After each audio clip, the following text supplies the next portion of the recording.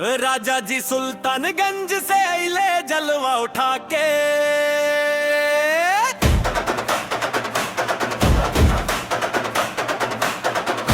बाबा धाम चल सो बोल बम गा के।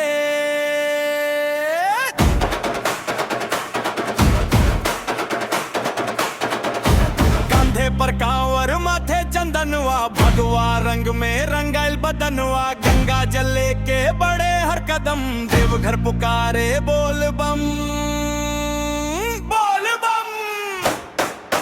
रास्ता कठिन बा मन नहारे, भोलेनाथ साथ का डर पियारे। सुइया पहाड़ से गुंजे जयकार, दिल में उठे बस एक पुकार। राजा जी सुल्तानगंज से अइले जलवा चढ़ा के। देवघर नगरी में बाबा के मनवा रिझा के। बोल बम हर हर महादेव, बोल बम जय भोलेनाथ। बोल बम हर हर महादेव, बोल बम जय भोलेनाथ।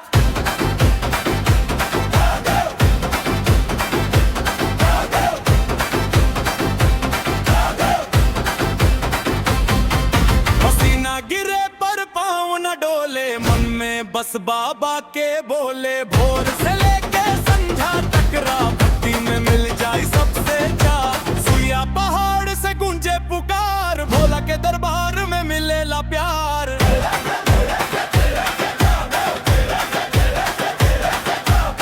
डगरिया लंबी पर आस न टूटे, शिव के भरोसा से हिम्मत न छूटे। डमरू बजे जब मनवा झूमे, सावन के रंग में सब कुछ घूमे।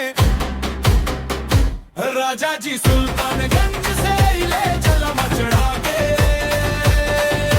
देवघर नगरी में बाबा के मनवा रिझा के।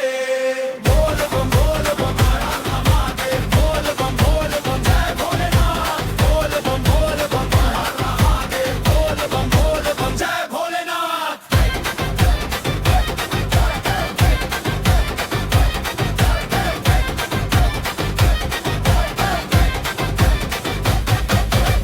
डगर डगर बस नाम जपे, भोला के चरण में रान झुके।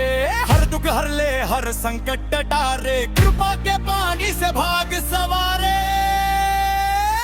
राजा जी